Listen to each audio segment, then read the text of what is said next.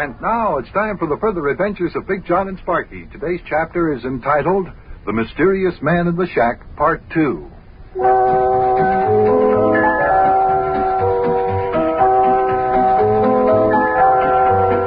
One day while Sparkie and I, and Sparkie's dog Bunny, were out in Wobbleding's woods taking a leisurely stroll, we were attracted by a column of smoke rising from the chimney of the clubhouse shack in Wobbleding's woods.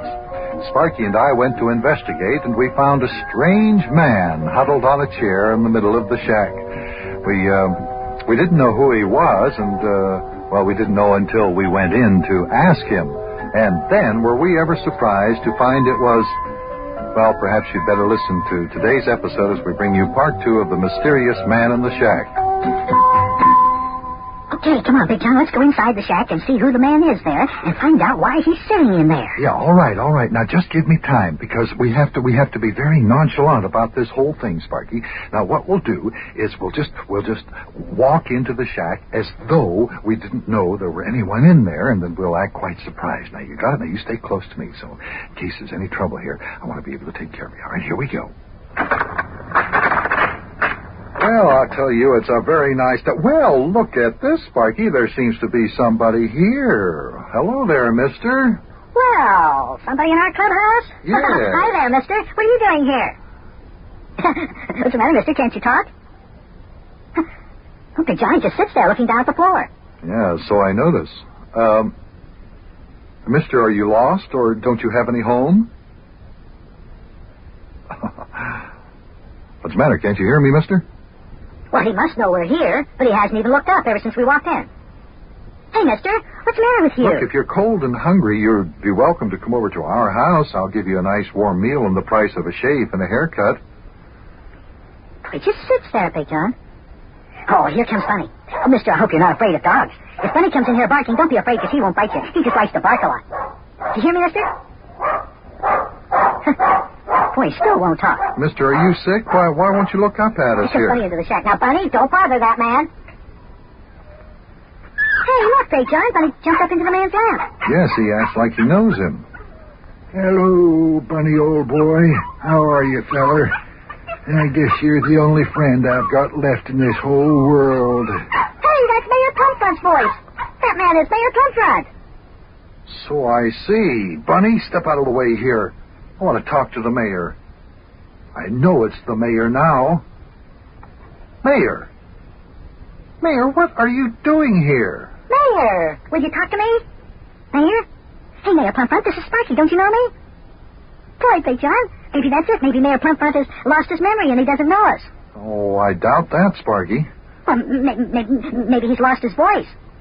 You just heard him speak when Bunny jumped up in his lap. For goodness sakes, Mayor, why do you just sit there looking down at the floor like that? What's the matter with you anyway? And look at yourself. You look like you haven't had a shave in 4 or 5 days. You look like a bum, Mayor. Have you been riding freight trains or something?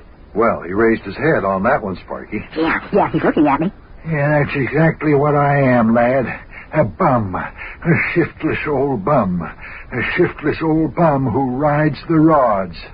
Oh, snap out of it, Mayor. What makes you think you're an old bum? Did you really ride a freight train there, Mayor? Yes. Yep, I rode the freight train. I'm nothing but a bum, lad. Nobody loves your old former ex-mayor. Ex-mayor? That's right. What in the world are you talking about? You're still the mayor. I won't be after they get my resignation up at City Hall, Buster. Resignation? What do you mean, resignation? Are you going to resign? Why not? Why not? Well, why? I mean, give me one good reason. Because I'm a shiftless, no-account, no-good bum, Buster. That's why. He's a bum who rides freight trains, Big Jon. Quiet, Sparkie. My goodness. Just let the lad talk, Buster. It's true. What do you think happened on board the Wittadilly's train when she was going home to Florida? I don't know, but I'd like to know. What happened? The Wittadilly refused to talk to me. Said she was going back to Florida to forget me. Said she never wanted to see me again as long as she lived. Hey, that means that you won't be marrying her then. I told you to stop that. Will you settle down there? Mayor, just because the widow Dilly doesn't want to marry you, that doesn't mean that your life has been ruined. Oh, it's not only that, Buster. When the conductor came around in the train to collect the tickets, I didn't have any. Well, naturally. You hopped on the train at the last minute to try to talk the widow Dilly out of leaving town. The train pulled out of the station before you could get off. Yeah, but the conductor wouldn't believe that. He wouldn't? No. Then when he asked me to pay my fare to Florida, I didn't have any money with me. I left at home in such a hurry I forgot my billfold. Didn't have a cent. Not a single solitary lone individual red cent. What happened, Mayor? I mean, did they kick you off the train? Now, Sparkie, I told you not to talk like that. Oh, why not, Buster? Why not? It's exactly what happened.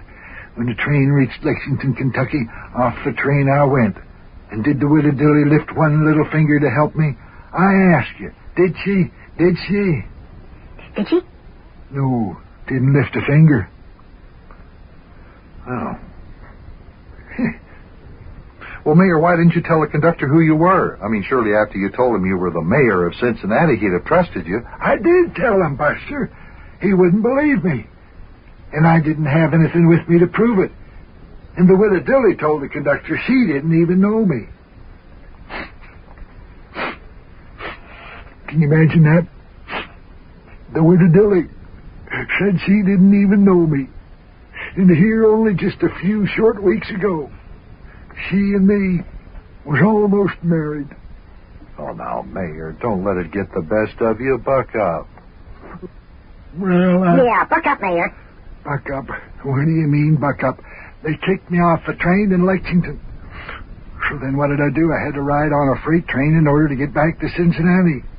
Well, now, why in the world did you do that, Mayor? No money. You need money to get a ticket, you know. Well, why didn't you use the telegram? I'd have wired you money if you'd have just called on me. I'd have helped you out. Well, you see, There. There you are. There you are. Just goes to show you. Just goes to show you, not only am I a shiftless, no-account bum, but I'm a shiftless, no-account stupid bum. Too stupid to wire home for money. Oh, I'm telling you, Buster, and you too, lad, I'm no good. Now, Mayor, I wouldn't say that. No, neither would I, Mayor. Well, I would. What do you think happened to me as the freight train on which I was riding pulled into the freight yards here in Cincinnati? I don't know what. What? I don't know either, Mayor. What happened?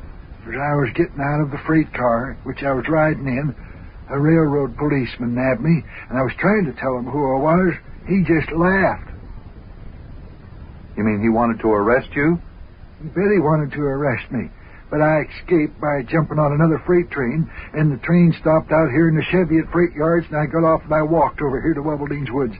I've been hiding out in this here shack of Sparkie's for the last 2 days. Oh, my. Well, you can forget all this business about you being a bum, and you come on home with us, Mayor. You can shave and take a bath, and then we'll have a nice warm meal, and it'll hit the spot, and you'll be feeling a lot better when it's all over. No, Buster. I'm a broken man. What do you mean? The widow Dilly done up and left me, and I'm a broken man. I'm a broken man. Oh, now, Mayor. No, there's no use talking, Buster. I've got my mind made up. I'm going to send in my resignation to City Hall, and they can just go and elect themselves a new mayor. Well, now, why would you want to do a thing like that? Why would you want to do a thing like that? What will you do, Mayor? Well, I'm going to go off into the woods and live like a hermit. I'll live off the berries that grow wild in the woods, and I'll make my clothes out of rabbit skins after these here clothes that I've got on wear out. Oh, Mayor, this whole thing is ridiculous. Oh, yeah? Well, that's what I'm going to do. I'm going to live like a hermit. I ain't having nothing to do with no more females, and the best way to do that is to go off into the woods and live like a hermit. So long, Buster. Or rather, I should say, farewell. Farewell, Buster. And farewell, lad. Boy, Big John, he's gonna do it. I'll stop him. Listen to this, Mayor. You know how much you like sirloin steaks like they serve at Jerome and Thomas's steakhouse. If you live in the woods like a hermit, you'll never be able to sit down at the table at Jerome and Thomas's and eat one of those steaks. I don't care.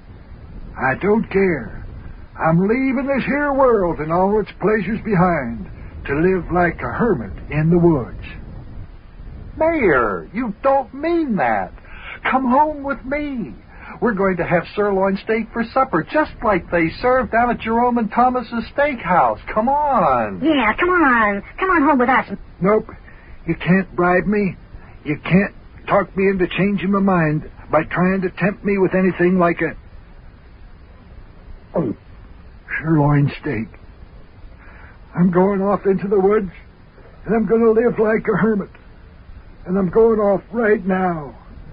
Farewell. Boy, Big John, he means it. He's going to do it. There goes Mayor Plumfront off into the woods to live like a hermit. Boy, oh boy, oh boy, oh boy.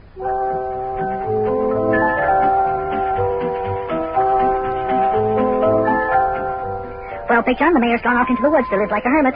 He disappeared into the high-growing weeds. Wonder how long he'll live like a hermit. I wonder if we'll ever see the mayor again. Boy, this old town won't be the same without good old Mayor Plumfront. Well, guess there's nothing to do but go home and eat supper. Boy, sirloin steak with chocolate cookies for dessert. My mouth's watering already.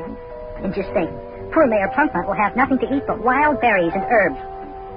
Well, guess there's nothing left to do but close the door in our clubhouse shack and go home. So long.